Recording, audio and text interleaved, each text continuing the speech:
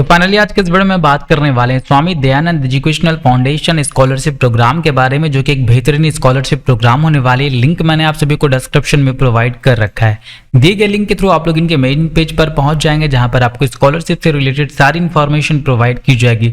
सबसे पहले मैं यहाँ पर बात करने वाला हूँ कौन कौन से लोग एलिजिबल होने वाले हैं। तो आप देख सकते हैं ये स्कॉलरशिप अवेलेबल होने वाली किसी भी प्रोफेशनल जैसे कि इंजीनियरिंग, मेडिकल, आर्किटेक्चर के स्टूडेंट के लिए, या किसी भी अंडर ग्रेजुएट कोर्सेज में अगर आप लोग इनरोल कर चुके तो आप लोग भी यहाँ पर एलिजिबल होने वाले हैं।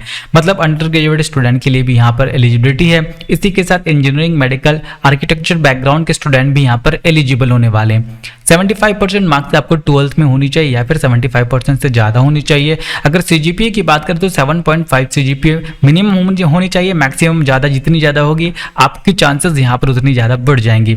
इसी के साथ annual family income 6 lakh per annum से कम होनी चाहिए। मतलब एनुअल फैमिली इनकम 6 लाख से कम होनी चाहिए। आपका कैसे अप्लाई करना है मैं आपको आगे बताऊंगा, लेकिन इससे पहले यहाँ पर कुछ इंपॉर्टेंट डॉक्यूमेंट्स है जिसे आप लोगों को ध्यान में रखना होगा अप्लाई करने से पहले। कब तक आपको अप्लाई करना है, तो आप लोग 31 अक्टूबर तक यहाँ पर अप्लाई कर सकते हैं। क्या क्या डॉक्यूमेंट यहाँ पर होने वाली है, 10th 12th की मार्कशीट या सर्टिफिकेट यहाँ पर आपको जमा करनी होगी, ऑनलाइन ही जमा करनी होगी। इसके बाद एकेडमिक मार्कशीट सारे सेमेस्टर की टर्म वाइज अगर आपकी स्कोर है तो आपको वो भी यहाँ पर जमा करनी होगी। सीट अलॉटमेंट लेटर या फिर रैंक लेटर यहाँ पर आपको जमा करनी होगी। इसके बारे में हम लोग आगे बात करेंगे क्या होने वाला है। उसके बाद कॉपी ऑफ फी रिसिप्ट, आप जो भी फीस जमा करते हैं उसकी आपको रिसिप्ट मिलती होगी, उसकी कॉपी को यहाँ पर आपको जमा करनी होगी।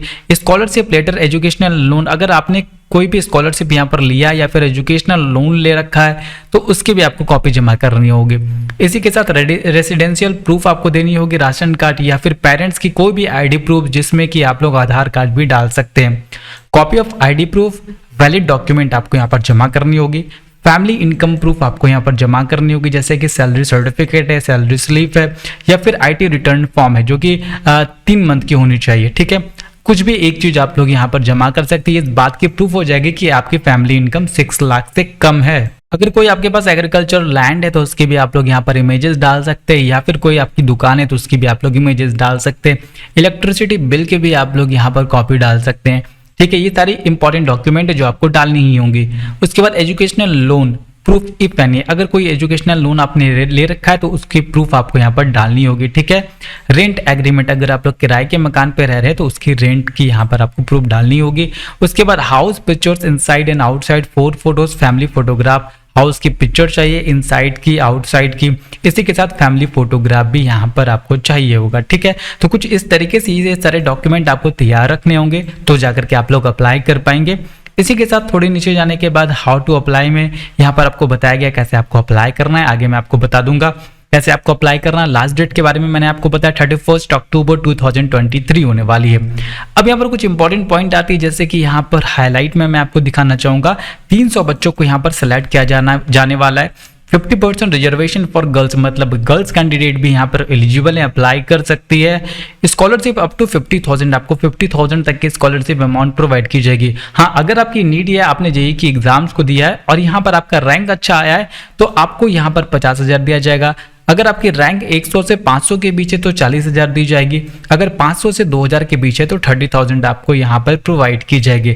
इसी के साथ अगर कोई स्टेट लेवल की आपकी रैंक है नॉन टेक्निकल कोर्सेज के लिए तो यहाँ पर आपको 20,000 स्कॉलरशिप अमाउंट प्रोवाइड की जाएगी। तो कुछ इस तरीके से यहाँ पर एलिजिबिलिटी होने वाली है। अब बात करते हैं आपको अप्लाई कैसे करना है। तो यहाँ पर अप्लाई नाउ का बटन आपको दिख जाएगा, यहाँ पर सिंपली आपको क्लिक करना होगा। तो फाइनली क्लिक करने के बाद कुछ इंस्ट्रक्शंस आपको यहाँ पर दिए जाएंगे। जो चीज आपके पास नहीं है वहां पर आपको एनए यहाँ पर इस टाइप से लिखना होगा, राइट करना होगा। इसी के साथ यहाँ पर जितने भी आपको यहाँ पर चीजें दी जा रही है उसे आपको कंप्लीट करना होगा। ठीक है, उसके बाद please provide contact details of your parents so that we can talk to them. यहाँ पर आपको अपने पेरेंट्स के भी कॉन्टैक्ट डिटेल्स शेयर करने होंगे। ठीक है, फैमिली इनकम सर्टिफिकेट आपको यहाँ पर डालनी होगी। इसी के साथ फैमिली एक्सपेंडिचर भी आपको यहाँ पर डालनी होगी, जैसे कि please give complete details of all your family and study expenditure. जो भी यहाँ पर आपकी फैमिली की डिटेल्स होगी पूरी आपको डालनी होगी। जो भी आपकी पढ़ाई में खर्च हो रहा है उसके बारे में कंप्लीट इन्फॉर्मेशन आपको डालनी होगी। ठीक है, अगर कोई क्वेरीज है तो आप लोग यहाँ पर क्वेरीज के बारे में पूछ सकते हैं। थोड़ी नीचे यहाँ पर स्क्रॉल करने के बाद यहाँ पर आप देखेंगे सबसे पहले आपको अपलोड करना होगा। यहाँ पर क्या अपलोड करना है, passport size photograph, maximum size 1 MB यहाँ पर होनी चाहिए। तो यहाँ पर आपको पहले तो पासपोर्ट साइज फोटोग्राफ यहाँ पर अपलोड करना होगा जिसका साइज 1 MB होना चाहिए। अगर आप फोटो खींच रहे हैं और साइज ज़्यादा हो रही है, 4-5 MB हो रही है, 2 MB हो रही है, तो उसे आप लोग tinipng.com पर जाकर के फोटो को अपलोड करके उसे यहाँ पर आप लोग रिसाइज कर पाएंगे। तो कुछ इस तरीके से आप लोग 2 MB को फोटो को 1 MB में करके यहाँ पर अपलोड भी कर पाएंगे। इसी के बाद यहाँ पर कॉलेज का रोल नंबर आपको देना होगा। जो भी आपकी कॉलेज में आप पढ़ाई कर रहे हैं आपको एक रोल नंबर दी गई होगी, उस रोल नंबर को आपको डालना होगा। अपनी फुल नेम आपको यहाँ पर डालनी होगी, डेट ऑफ बर्थ, एज आपको डालनी होगी। परमानेंट एड्रेस यहाँ पर पूछ रहा है आपसे, अगर आपकी परमानेंट एड्रेस करंट एड्रेस के इक्वल है तो आपको यहाँ पर यस क्लिक करना है। या फिर अगर आपका परमानेंट एड्रेस कुछ और है और अभी कहीं और आप रह रहे हैं, कहीं और पढ़ाई कर रहे हैं, तो यहाँ पर नो पे क्लिक करके दोनों एड्रेस आप लोग डाल दीजिएगा। अगर हम लोग नो पे क्लिक करेंगे तो यहाँ पर हमें दोनों एड्रेस को डालनी होगी, ठीक है। अगर आपका एड्रेस दोनों ही सेम है, परमानेंट भी सेम है और करंट एड्रेस भी सेम है, तो आपको यस पे क्लिक करना है। फाइनली करंट रेसिडेंशियल एड्रेस डालनी होगी, स्टेट की एड्रेस डालनी होगी, स्टेट एड्रेस लाइन 2 में आपको डालनी होगी, सिटी डालनी होगी, स्टेट डालनी होगी, पोस्टल जिप कोड आपको डालनी होगी। इसके बाद थोड़ी नीचे जाने के बाद जेंडर सेलेक्ट करना है, उसके बाद कैटेगरी आने वाली है। कैटेगरी में अगर आप यहाँ पर जनरल से आते हैं तो जनरल क्लिक कीजिएगा। SC ST OBC जो भी आपकी कैटेगरी उसे आप लोग सेलेक्ट कर लीजिएगा। मोबाइल नंबर आपको यहाँ पर डालनी होगी, ये बहुत इंपॉर्टेंट है। कोई ऐसी मोबाइल नंबर दीजिएगा कि अगर आप सेलेक्ट हो जाए तो आपसे ये कांटेक्ट कर पाए, ठीक है। तो यहाँ पर एक मोबाइल नंबर आपको डालना है, आपके व्हाट्सएप यहाँ पर नंबर आपको डालनी होगी, अल्टरनेट कॉन्टैक्ट नंबर और होम नंबर भी आपको यहाँ पर डालनी होगी, ठीक है। तो कुछ इस तरीके से यहाँ पर आपको नंबर्स डालने के बाद अपनी ईमेल डालनी होगी। फिर ईमेल को वेरीफाई करना होगा। जैसे आप ईमेल यहाँ पर डालेंगे आपके ईमेल पर एक वेरिफिकेशन लिंक या कोड भेजा जाएगा जिससे आपको यहाँ पर वेरीफाई करना होगा। टाइप ऑफ कॉलेज, किस टाइप के कॉलेज में आप पढ़ रहे हैं, अगर आपकी इंजीनियरिंग है, मेडिकल या फिर अदर है तो अदर पे क्लिक कीजिएगा, ठीक है। तो यहाँ पर मैं इंजीनियरिंग को चूज करता हूँ। कॉलेज इंस्टीट्यूट का नेम आपको यहाँ पर डालना होगा। Please mention the category of your college, government है या प्राइवेट है। जो भी है गवर्नमेंट है तो आप लोग यहाँ पर गवर्नमेंट डालिएगा, अगर प्राइवेट है तो आप लोग यहाँ पर प्राइवेट डालिएगा। कोर्स का नाम, आप जो भी कोर्सेज कर रहे हैं उस कोर्सेज का नाम आपको यहाँ पर डालना होगा। डिसिप्लिन, ब्रांच, यहाँ पर जो भी आपका डिसिप्लिन या ब्रांच होने वाला है, जैसे कि मेरा कंप्यूटर साइंस है तो मैं यहाँ पर कंप्यूटर साइंस डालूंगा। यहाँ पर आपको एग्जाम्पल में भी दिखाया जा रहा है किस तरीके से आपको फिलअप करनी है। करंट सेमेस्टर आपकी कौन से सेमेस्टर में भी पढ़ाई चल रही है तो यहाँ पर 4th सेमेस्टर में डाल देता हूँ। आपकी जो भी सेमेस्टर होगी आपको यहाँ पर डालनी होगी। ऑल इंडिया ओवर रैंक, अगर आपने कभी नीट की एग्जाम दी है, जेई मेन का एग्जाम दिया है, जेई एडवांस का एग्जाम दिया है, फिर स्टेट लेवल का एग्जाम दिया है, तो यहाँ पर आपको क्लिक करना होगा और उसके बाद यहाँ पर आपकी क्या रैंक आई थी वो लिखनी होगी और उसके बाद कैटेगरी वाइज रैंक आपको यहाँ पर लिखनी होगी। अगर आपने नहीं एग्जाम दिया तो आपको नन पे क्लिक कर देना है यहाँ पर, ठीक है। उसके बाद आगे बढ़ने के बाद details of other competitive exam along with over rank if not listed above. यहाँ पर कोई भी अगर आपने एग्जाम दिया है, जैसे कि कोई भी कम्पिटिटिव एग्जाम आपने दिया, उसकी कोई भी रैंक आप लोग यहाँ पर आपको आई होगी तो उसे आपको यहाँ पर मेंशन करना होगा। Name of the examination and rank दोनों को मेंशन करना होगा। जैसे आपने कोई एग्जाम दिया है, यहाँ पर उस एग्जाम का नाम डाल देंगे और यहाँ पर रैंक यहाँ पर हम लोग डाल देंगे, ठीक है। तो कुछ इस तरीके से यहाँ पर आप डाल सकते हैं। मैं आपको डेमो दिखा रहा हूँ। Do you have an educational loan, अगर कोई एजुकेशनल लोन आपने ले रखा है तो यहाँ पर यस करना है, नहीं ले रखा है तो नो करना है, फिर आगे बढ़ना है। टोटल फैमिली इनकम यहाँ पर आपको जब भी डालनी है, जो भी आपकी 6 लाख से कम होनी चाहिए तो 6 लाख से कम ही आप लोगों को डालना है। एनुअल फीस आपकी कितनी लग रही है उसके बारे में आपको यहाँ पर बताना होगा। थोड़ी नीचे जाने के बाद आपको यहाँ पर सारे चीज़ों को फिल करना होगा, जैसे कि ट्यूशन फी कितनी लग रही है, बुक की फी कितनी लग रही है, यूनिफॉर्म की फी कितनी है, हॉस्टल में रहते तो हॉस्टल की फी, मेस में खा रहे तो मेस की फी, और कोई अदर भी आपके खर्चे हैं पढ़ाई लिखाई से रिलेटेड तो उसे भी आप लोग लिख सकते हैं। उसके बाद टोटल फी आप लोग यहाँ पर मेंशन कर सकते हैं। Financial resources, the total should match with expenditure, यहाँ पर फाइनेंशियल रिसोर्सेज के बारे में आपको बताना पड़ेगा। Have you received any other scholarship, अगर आपने रिसीव्ड किया तो यस लिखिएगा, नहीं किया तो नो लिखिएगा। तो कुछ इस तरीके से आप लोग यहाँ पर सारी चीज़ों को भर सकते हैं। अगर आप पार्ट टाइम जॉब कर रहे हैं, कोई आपके पेरेंट्स ने लोन ले रखा है, ये सारी चीज़ों को आप लोगों को यहाँ पर मेंशन करना होगा। उसके बाद आगे बढ़ने के बाद आप देखेंगे यहाँ पर if you have applied for SDEF scholarship earlier, कि आपने पहले भी अप्लाई किया तो आपको यहाँ पर नो करना है अगर आपने नहीं किया है। Are you first graduate in the family, तो अगर आप अपने परिवार में फर्स्ट ग्रेजुएट है तो यहाँ पर यस करना है, नहीं है तो नो करना है। Do you belong to BPL family, submit copy of document, अगर आप BPL फैमिली से बिलोंग करते हैं तो आपको यहाँ पर एक कॉपी को सबमिट करना होगा उसका।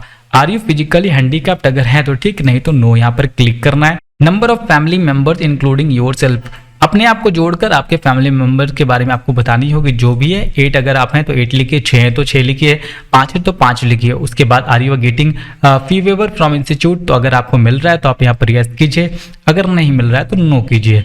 ठीक है, थोड़ी नीचे जाने के बाद do you have any gap year after 12th, अगर 12th के बाद आपकी कोई गैप है तो आप लोग यस कीजिए, नहीं है तो आप लोग नो कीजिए। ठीक है, उसके बाद family year expenditure should match your income, please submit copy of bills as much as possible. तो यहाँ पर जो भी सारी चीजें मांगी जा रही है उस पर आपको यहाँ पर सारी चीजों को फिल करना होगा। ठीक है, जैसे कि कॉलेज फी इंक्लूडिंग हॉस्टल और मेस फी आपको यहाँ पर डालनी होगी, अगर आप दे रहे हैं तो।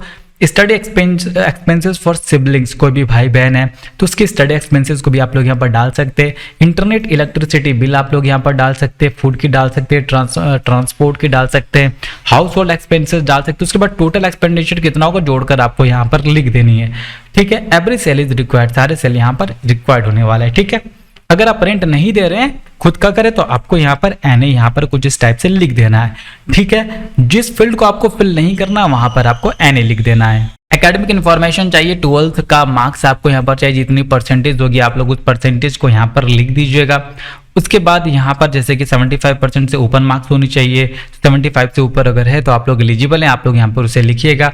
लेटेस्ट सीजीपीए एवरेज मार्क्स आपको यहाँ पर लिखनी होगी। Write 12th marks if you are first year student, अगर आप फर्स्ट ईयर स्टूडेंट हैं तो आप लोगों को 12th की मार्क्स देनी होगी। अगर आप लोग सेकंड ईयर स्टूडेंट है तो आप लोगों को अपने फर्स्ट ईयर की मार्क्स यहाँ पर डालनी होगी। एकेडमिक रिकॉर्ड के बारे में आपसे यहाँ पर पूछा जा रहा है। एकेडमिक रिकॉर्ड में आप देख सकते हैं, सबसे पहले एजुकेशनल बैकग्राउंड में आप लोग अभी क्या कर रहे हैं, आप लोगों को यहाँ पर उसे चूज करना होगा। आप देख सकते हैं academic record starting from 5th class primary, if you have drop year please add it from the list. यहाँ पर आपको 5th क्लास से चूज करनी होगी। यहाँ पर आप देख सकते हैं 5th क्लास प्राइमरी होने वाली है।